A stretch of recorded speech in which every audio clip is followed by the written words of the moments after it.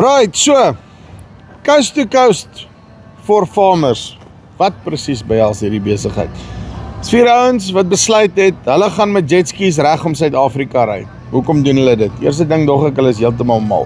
Okay, waaroor dit gaan is hulle gaan hulle self 'n bietjie doen iets waarvoor hulle lief is, jetskis, maar hulle gaan hulle self bietjie deur trials and tribulations sit, dieselfde wat elke boer elke dag moet face, as ek dit so kan stel. Okay.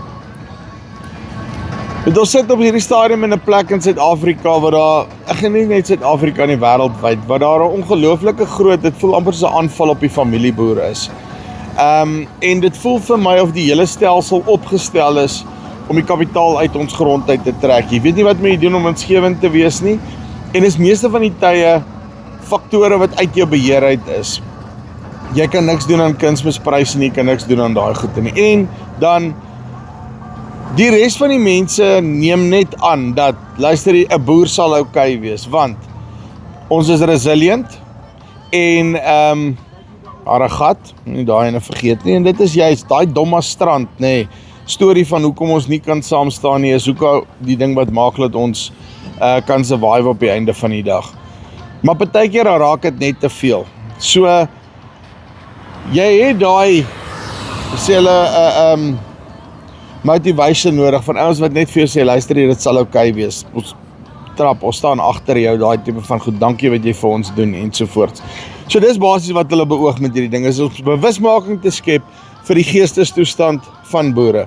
En ons ondersteun dit 100%. So, dis nie net ouens wat nou wil gaan van hê op die see met 'n klomp wetbikes nie, dis 'n hele bewusmakingsveldtog wat hulle op die einde van die dag vir boere daarso stel. En wie raak jy betrokke? As jy nou wil geldjie gee en al hierdie goeders, daar is nie 'n fonds nie. Nee, dis maar die coolste van hierdie projek. Daar is nie 'n fonds van, luister hierso, ons gaan 'n sponsor, ons gaan hierdie goeders doen nie.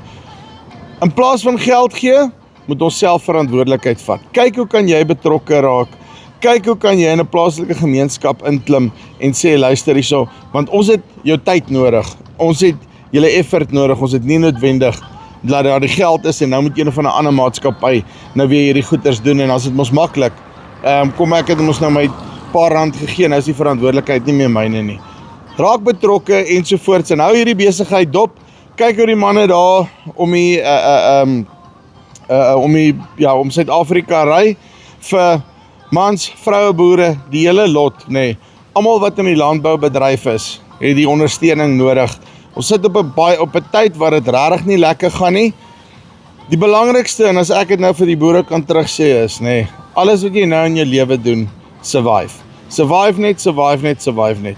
My pa het altyd gesê, onthou net, jy boer 5 jaar se moeilikheid uit in 1 jaar in boerdery, nê.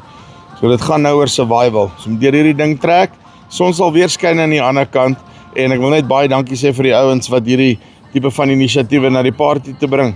Bewusmaking skep, en soos ek sê, raak betrokke.